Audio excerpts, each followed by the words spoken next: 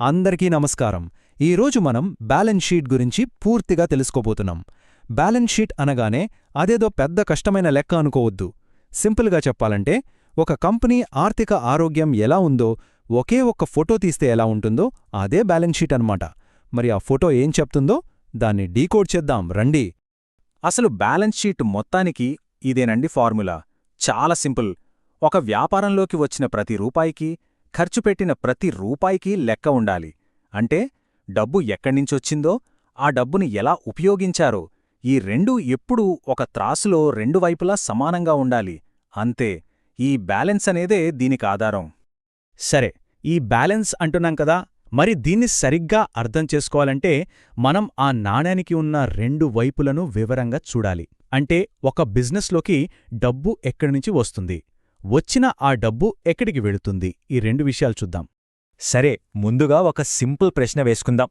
అసలొక business నడవాలంటే డబ్బు కావాలి కదా, మరి ఆ డబ్బు ఎక్కడ్నుంచొస్తుంది? ఈ ప్రశ్నతో మన విశ్లేషణ మొదలుపెడదాం.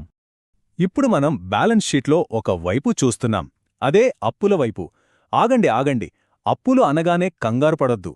ఇక్కడ అప్పులు అంటే కేవలం అప్పు మాత్రమే కాదు, బిజినెస్లోకి డబ్బు ఏ మార్గాల్నుంచి వచ్చిందో చెప్పే భాగమిది. అంటే నిధుల మూలాలన్నమాట.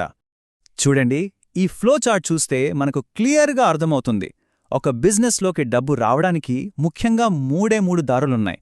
ఆ దారులేంటో ఇప్పుడు ఒక్కొక్కటిగా చూద్దాం.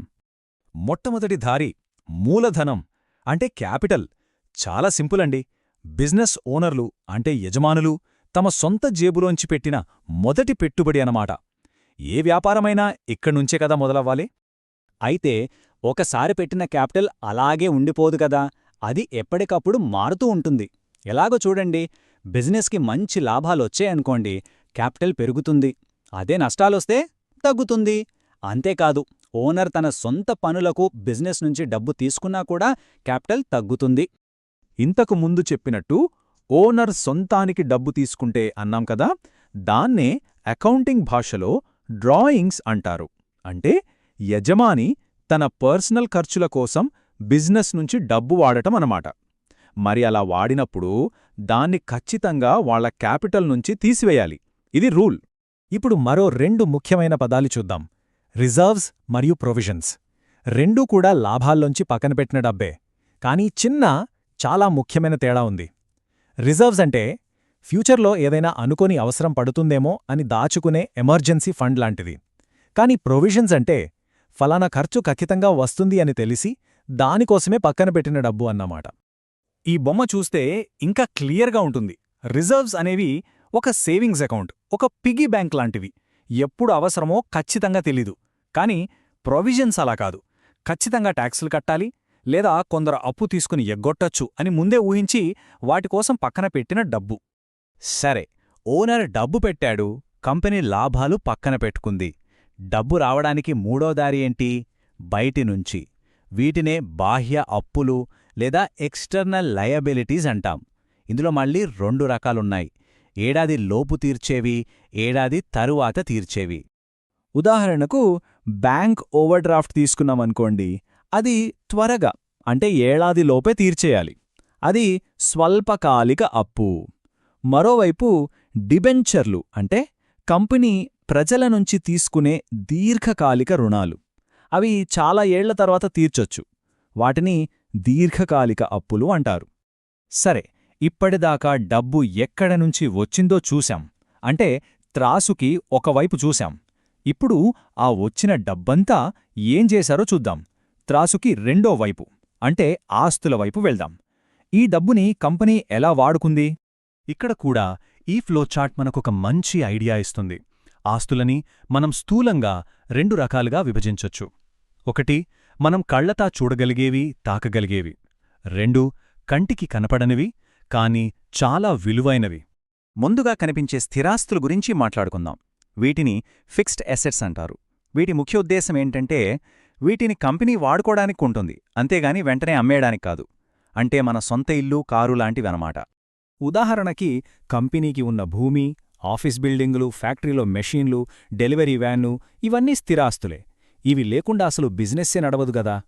ఇక రెండో రకం ప్రస్తుత ఆస్తులు అంటే కరెంట్ అసెట్స్. వీటి ప్రత్యేకత ఏంటంటే ఇవి ఏడాదిలోపు చాలా సులభంగా డబ్బుగా మారిపోతాయి. ఈ ఫనల్ బొమ్మ చూడండి, ఆ మార్పు ఎలా జరుగుతుందో చాలా స్పష్టంగా చూపిస్తుంది.